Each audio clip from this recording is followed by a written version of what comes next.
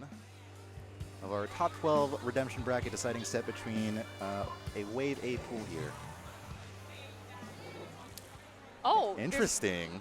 So they're going Splosh on the side of Enlightenment. That is not what I expected whatsoever. And a double bucket as well. That's actually 3 buckets and a regular splatter shot. That is a weapon you do not see very much of now. Interesting, and we do also see that a few are going down, at least actually on both ends. Hitzel and Dude trying to stay alive just to at least provide anything and make sure that Enlightenment aren't able to get complete control. And it looks like they are able to do that. 2 are down now. Great tear up on the left here with Dude and Hitzel. Yeah.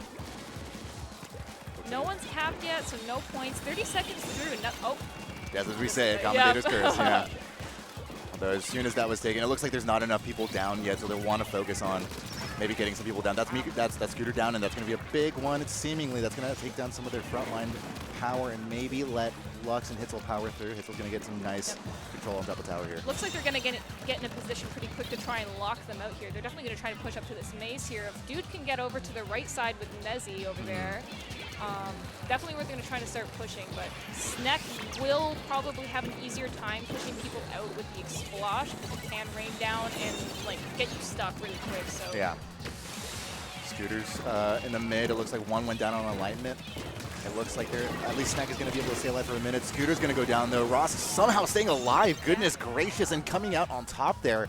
A big portion of why they're going to be able to come out with the zones under their belt. And that was a big, big win there because otherwise it would have gone into the 50s, 40s from there, and potentially for a lockout. It was really smart of Ross to hold that burst bomb rush to help sort of bail them out from that counter push. Right. So that was a really good play. Yeah. Nick going to go down though. Might have been a little bit too up in their noses. Yeah, and that's their armor weapon too, so that is going to be a little bit rough coming back for them. But you see, I think they were able to understand that and super jump back. We didn't see too many people dropping like flies there, so. It has been very, very back and forth so far. Lux using that thermal ink to look and see behind that wall there. Ooh. Oh, okay, wow. Wow. Ross almost coming out on top of a 1v2 there. Scooter going to be able to follow up though, and that should be control for them. That's 3 down for Fishious, Rend finally, and now Scooter in a very good position to maybe mess with their heads a little bit here. They have the potential to lock out on this side here. Ross and Scooter set up on the left here. They're definitely going to want to try and keep them at bay from all angles. So on the left, the right. Yeah. Ooh, looks like it's going to be a flank coming from Scooter. Oh, wow. Gets the pick on Lux. No, because you see, I mean, we did see like Scooter and Ross basically holding down towards their base, but it looked like they kind of ignored them and said, oh wait, we need to focus on actually getting to the zone, but they completely forgot about Scooter for a second in doing that. This tough one, everyone's so aggressive. Yeah, yeah. Nezzy gonna jump, oh my goodness, nice slide onto the Sneck there, and they're gonna be able to, they should be able to force control over back again. Ooh, but 2 down on one side, 3 on the other. Difficult. If they're not able to cap fast, it might not happen at all. And I think they understand that's fine for now. I think they're focusing, on the splats for now to get better map control. And that might have been that could be very well the better play here. Nezzy able to stay alive for a good bit. Both Lux and Hitzel right where they want to be on top of mid there.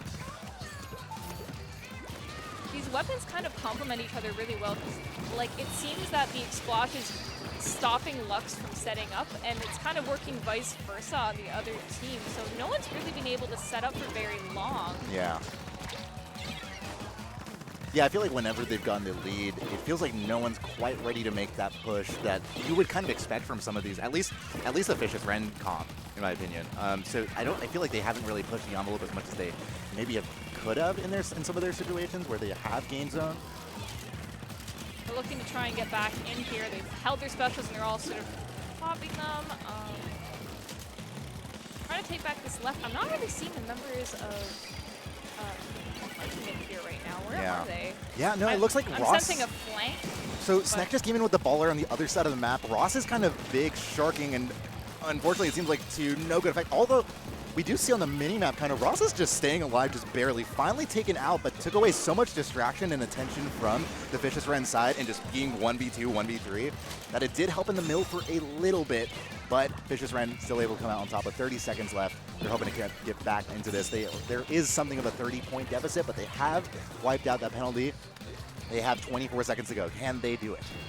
I think this is going to move pretty fast, and definitely with that one pick down there on the side of Enlightenment. Oh, 2 down. This is probably going to be the lead. Yeah, other side of the map seems to have Ross and Snack trying to come through, but it's through an Inkstorm, through 4 people guarding the 10 gates there. seconds left. This is so important. They have Nick and Scooter kind of approaching. The baller. Is he going to be able to make it to the zone? He's not. Oh, but they do. Do they force loss of control? They do with 1 second left to go. That's overtime going to be there, but that's going to be 1 down, 2 down. But do they have the other side of the zone? Yes, they do, and that's going to be a comeback victory for Fishious Rend. I knew the set was going to be close. I am anticipating this. Goodness. Well, comeback victory. And that's going to do them, I mean, coming out on top of Enlightenment is big for them. They're going to definitely take that one to the bank. Huge. And into day 2, where Hitzel can definitely get more sleep. Desi doing a great job getting that 19K A there on the side there. Quite a lot of missiles as well, which probably helped locating the members of Enlightenment. Yeah, which is really important. We heard Hitzel popping those at least like every 30 seconds or something like that, and I'm sure that helped in the long I think I saw like Nezi with 6 missiles there as well. So really? Yeah. Dang. That's a lot. They don't play, all right. That probably helps Lux as well. I don't think there's a moment of that game where Lux didn't know what was happening. Yeah. Because we know how vocal Hitzel is as well with his call. Yeah, yeah. He's very, very loud. If you've ever been to one of these Splatoon lands, you've probably heard Hitzel, whether you want to or not. They're probably more louder even than not, because like you're just into space and you're just like, you could be playing Pokemon Puzzle League, you could be eating food completely on the other side of the room, and you might hear Hitzel just like, you know. I've been able to call out his call outs. Yes. I'm pushing right. Oh, it's going to be on the left, guys. Like, you're not even trying at that point. It's just like, y'all, so it down. I think game 2 here is going to be Rainmaker on Anchovy Games. Yep. This is one of those Rainmaker maps that actually doesn't go as fast. It can be better defended than some other maps on this pool set, like such as Inkblot or like the really small maps that can get those quick pushes are definitely really dangerous. Yeah. But this is one of the other ones that can be stopped kind of easily unless they get like a lot of momentum. So this one could also have potential to be one of those really, really long games, overtime pushes. They've been really balanced as far as like comps so far. So it's really hard to say how this is going to go because I don't know if either side has like sort of a favorable, you know, player or weapon for this. Right. I mean, I'm curious. They probably won't hold the 3 sloshers going into the next game. Yeah. Maybe something a little more long range. Yeah, you know, but who are we to say? I wasn't expecting a game 1 either. Yep.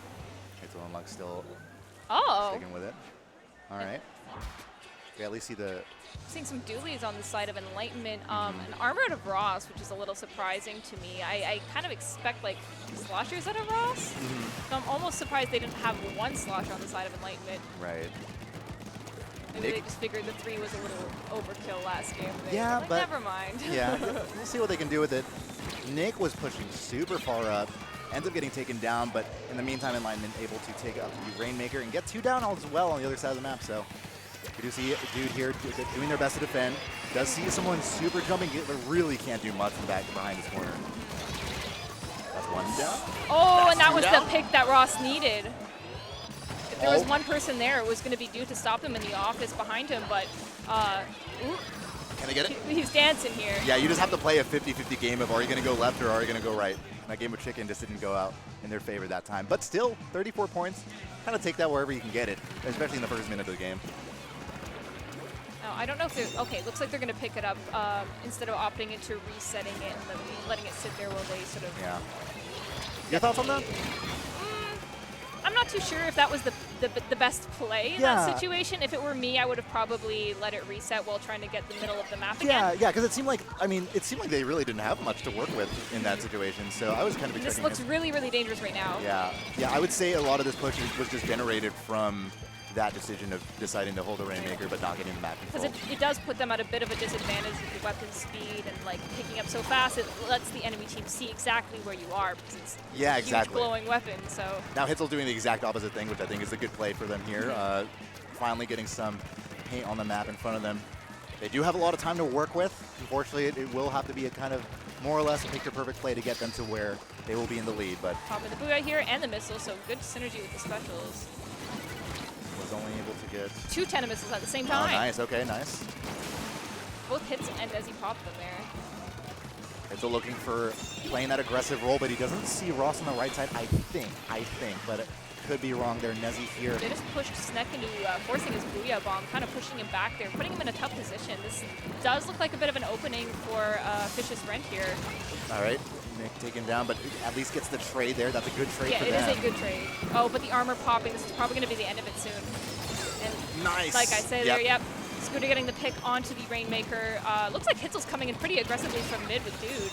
Scooter doing a good job this life, at least to be able to get a few kills and assists right there, and maybe another one to follow it up. Nicely done for Scooter. Him and Nick pairing up beautifully right now. Yeah.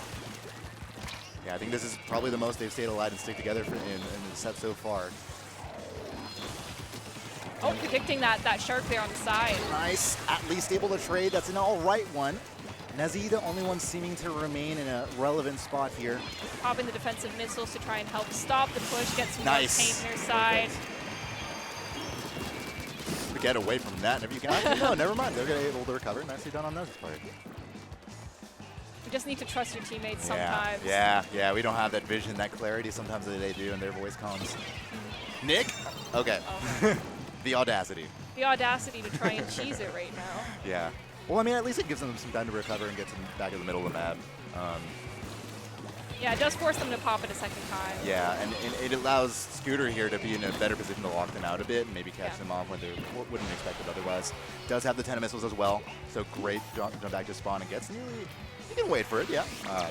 I suppose you can sort of make those plays where you try and cheese it when you do have that advantage and that very large lead at the moment, so I'm not too offended by that.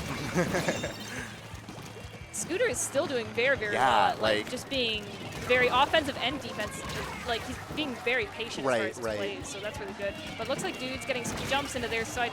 Ooh, gonna go down himself though. Ross winning that 1v1. A pretty good one to win, but it still seems like they're still relatively comfortable even if they didn't win that 1v1. Ross gonna probably look out for any sharks or no, just go straight out into it. I think he's trying to build up armor. Yeah, fair. Especially with 30 seconds left to go. Yeah. There it is. Allows them to push up, stop this, let them drop, I guess. And able to get the Dude before they were able to get on the Nick there as well. So looks like Hitzel's alone with this Rainmaker here in the corner. That's going to be very, very bad for Fishious Rend. Yeah, 20 seconds left to go. It looks like this game is going to go in Enlightenment's favor. Level up this set should nothing happen in the last 15 seconds. Nick with a bit of an aggressive play. I hope you said that just to jinx it, because I do want to see overtime. I do enjoy myself an old hootenanny myself. Pay 20 coins and we maybe get it. Enlightenment does have that armor, but may have been a little bit early. Oh, Lux is alone now. He's going to have to rely on Dude jumping it. Wow. No. No. Unfortunately, unable to release the trigger on that Rainmaker early enough to back out of getting out of that splat bomb. See you later. We're at 1-1. Yep. But that does at least mean we are getting a game 4 at the Good. very minimum. Yeah, and as we really should for this kind of set anyway. So, you know, yeah. Wow. Scooter performed very well as we saw on the screen as well, but coming out on the top of Enlightenment, so good job. Yeah, shout out Scooter. And then the next one we're going into here is, let me take a look. Inkbot Art Academy right there. Oh, I can't read. Oh, you're good. Sometimes we lose we lose the ability sometimes. We lose the ability. Tower Control, this is another map that you can get a lot of momentum on. Again, I'm not too sure of what we're going to be seeing here. I think Ballpoint's pretty strong here, but I feel like Lux could even pull out an E-leader if he really wants to. Ooh. This is the last time we've seen him do that. I don't know. Yeah. When I used to play with Lux, he used to play all the time with E-leader. He loved that. Now, how active do you know has Lux been kind of in the past few months? Has he been He's around? very active, cool. Yeah. He's subbing for all the teams right now. Yeah, cool. No, because I know he was talking about, taking a bit of a break or generally changing things around. But it's good to see that he's been able to, keep Splatoon consistency in his life and still be able to be on the grind and keep up the skills, which, you can go land to land and just, not practice. And that's chill, if that's what you're trying to do. But I know Lux loves the drive, loves everything about the tournament experience. Yeah, so. I know. Yeah, he's been kind of a free agent since Luminous C, which was his last team that he played with at Genesis. Genesis, yeah. But I think he really likes playing with it because it gives him the opportunity to play with a whole variety of players, and he's very choosy about sort of joining teams. So I think he's really thinking out as to where he wants to go next. But definitely, I feel like after this performance here, there's going to be a lot of teams interested in him even more. You would like to think so. So we'll see if Lux can continue his good performance so far going into Inkblot Art Academy Game 3 coming our way. Of at least a Game 4 guaranteed set between our top 2 seeds in one of our A pools here this wave. Oh, we're seeing an arrow spray from Hitzel. Okay. Definitely this one is sort of just, this is the arrow spray with the burst bomb and the booyah bomb. So Sure. it's definitely one of those just, I'm going to paint a lot and just generate like 20 booyah bombs. Sure. Which is good because that can stop a tower almost immediately. Which Right. is what I think the goal was. I do agree. I think the goal was that, yes. But as for whether that can like hold up, we'll have to see. Yeah. Looks like at least Enlightenment are able to get to a pretty solid start so far, taking over most of middle of map control, and even pushing further beyond that. We do see Scooter and Ross pushing up into the front. That's a Nick and Ross actually. Ah, right. Yeah. Cool. So Scooter, I think, is actually playing the Nautilus here, so he's back around Sneck, I think, supporting him. And we do see Hitzel kind of struggling to decide, should I move in, should I not, kind of putting in bombs here and there. Now they're going to be able to move in with the rest of their teammate with a more solidified and a bit more honest push there. So you see Nezzy maybe scouting out ahead where potential enemies could be. It does end up spotting at least one here, but Nick will be able to get the good trade there. Yeah, they did actually get the first 2 checkpoints in that push, which is really quick. That was just in the first minute or so of the game. So I definitely think it's still possible for Fishious Rend to take this back because this is one of those one way or the other maps and a lot of momentum can happen. We'll see what they can do with this now. Of course, they're getting a lot of map control. Hitzel's painting up a ton. Popping these booyah bombs as expected. Yeah. It's what the weapon does. It seems like he believes, he places his bets on there at least being a player to the right. Might have caught one. I think, yeah, Nick rolled back there, I think. They just decided to peace out. Yeah, I don't think he would have won that fight alone. Yeah, Hitzel struggling still with Nick following him. Not able to quite get rid of him, and Hitzel still somehow alive, able to turn it into a 2v1, now a 3v1. The patience on and maneuvering and kiting on Hitzel's part to be able to maintain that, superb on his effort. The magic of callouts. Yeah. Oh, wow. Dude, all right. Get your back. Two going down on the side of Enlightenment there. Of course, momentum's moving in the way of Fishious Rend. And I think Hitzel's probably going to generate another booyah bomb any second now. I don't know. They have 2 specials on the side. We do see Sneck and Ross in pretty intimidating positions for defense, but no, the 10 missiles will get onto Sneck there. Ross is just barely hanging on. But even that in and of itself is good for Ross to be able to, as one person, hold 3 people back on tower. Hopefully let some of Enlightenment get it back in, but I don't think so. Not before getting the lead here. I was wrong. It is Ross playing the Nautilus. I thought that was Scooter. Yeah, I just, If you say it, I'll trust you, but... 32 is the marker there for Fishious Rend. A nice comeback on their part. Ross struggling. At least we'll be able to get at least or help with the splat there, but doesn't catch on the Hitzel just yet. Does have the booyah bomb to be able to at least help their teammates get some control here in the middle of the map and maybe come on top. No, not quite. I really wanted him to get that splat onto Ross. I think that would have been funny. Yeah. Ross coming in kind of in a bold position with this baller here, but does he get the pick out of it? Really smart movement. Quite. Oh, dang it. Really smart movement to kind of swim forward, give them maybe even the audio of them swimming forward, but then backing out and giving them some time to recover, but didn't quite pan out. Looks like Fishious Rend was able to defend there and not let Enlightenment get too far in there. They did pick I think they got a couple other points onto their lead there. I'm not really sure if they were at 45 before. Looks like they're just sort of camping in mid, waiting for Enlightenment to make their move, because of course Enlightenment has to move to make any sort of play here. Dude, I thought he had him with that fade back, but not quite. Ross going to try and set up to try and get in a position to push here. Baller's almost ready as well. Nice. I think he's going to move in another bold position, probably. Yeah. Minute left. It should be the time to do it. Oh, wow. That was a lot of fall off. Wow. Coming behind her in the flank. Oh. All right, finally does get Lux, but Lux is able to distract him long enough for Nezzy to come out top. Nezzy has to come out. Okay, the trade is important because of the super jump from Hitzel's part. Hitzel may be able to recover that tower back now and continue this push. Never mind. Looks like it's going to go back to the neutral here. Yeah. Being very careful coming out on the right. Doesn't want to come up too fast on the right because there might be, dude sharking there as I thought. Yeah. He has been taking that position at other times during this match. Nezzy was there with him as well, but of course I think those missiles may have gotten him stuck. Yeah. Lux was prepared on the left though, so we do know they're communicating very well on this team. Yes. Now they 14 seconds left to go. They are getting towards that 32-point marker. That's 2 taken down on Ross's part. That's big, but it is just Nick in a 1v1. He takes the 1v1. Can they get on top of the tower with 3 seconds left to go? Yes. Yes, they are. He's probably but gonna get some jumps here. Alive? Oh, gets a pick on Dude. No way. No way, Nick. With the dualies. This could be. The entire team gets back. This could be Hitzel coming on top of the tower. 2-2. It's overtime. Will they be able to get back?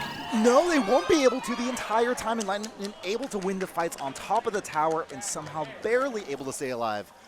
Wow. Wow. Another overtime lead. That was really, really close. I'm surprised. It was only one person left on the side of Enlightenment, and he was just sort of riding around that tower. It was Nick who was able to really hold on. I mean, you see the KD coming up, 18 splats coming out for Nick that time, and that's a big one, big win for them where, I mean, otherwise in that situation, it's a 1v2, even 1v3, I think. He shouldn't have been winning that. So. That was just an insane pop-off. Yeah, yeah. Probably feeling pretty good up there. Pretty good, you know. We see them in the cameras at least. A little bit calm and stoic on Hitzel's end, at least according to the team cam we see here. But and Enlightenment Nick looks really happy. He's cheesing. He's cheesing. He's cheesing. Yeah. But the next map I think is actually really interesting is Clamblitz on Snapper Canal, and I've seen so many upsets on this map. Last year we saw, I think it was In Control versus what is now known as Prophecy. They got the pick there. I think there was another one.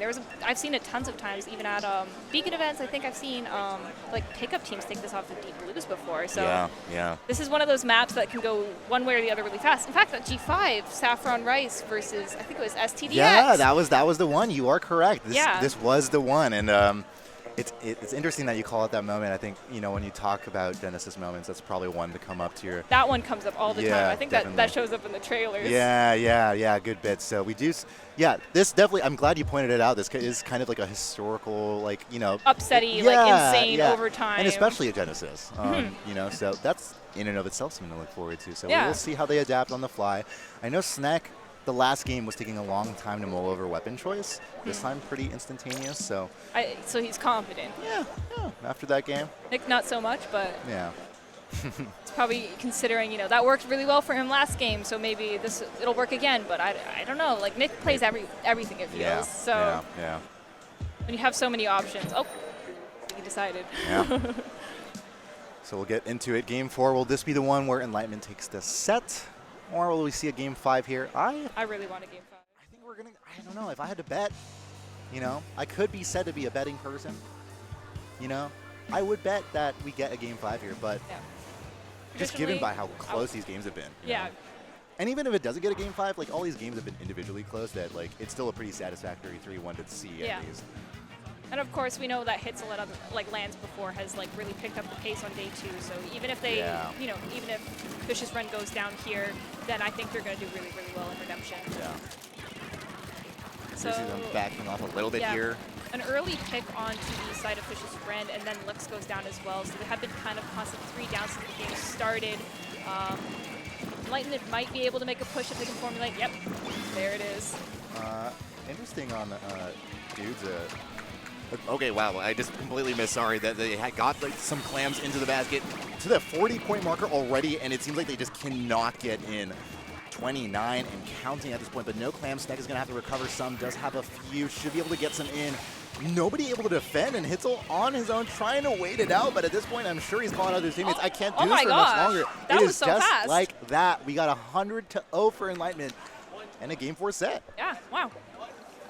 I was going to comment, at the beginning of the game, it really felt like everyone on Fishious Rend's part towards the middle, they feel like they just didn't know what to do. We just saw 3 of them, Dude, Lux, and Hitzel, I think, kind of sticking around the same spot. Maybe it felt like they were talking to each other about their possibilities, and by the time they got to anywhere near decision on that, in their face, Ross took down Lux. There goes a lot of their ink.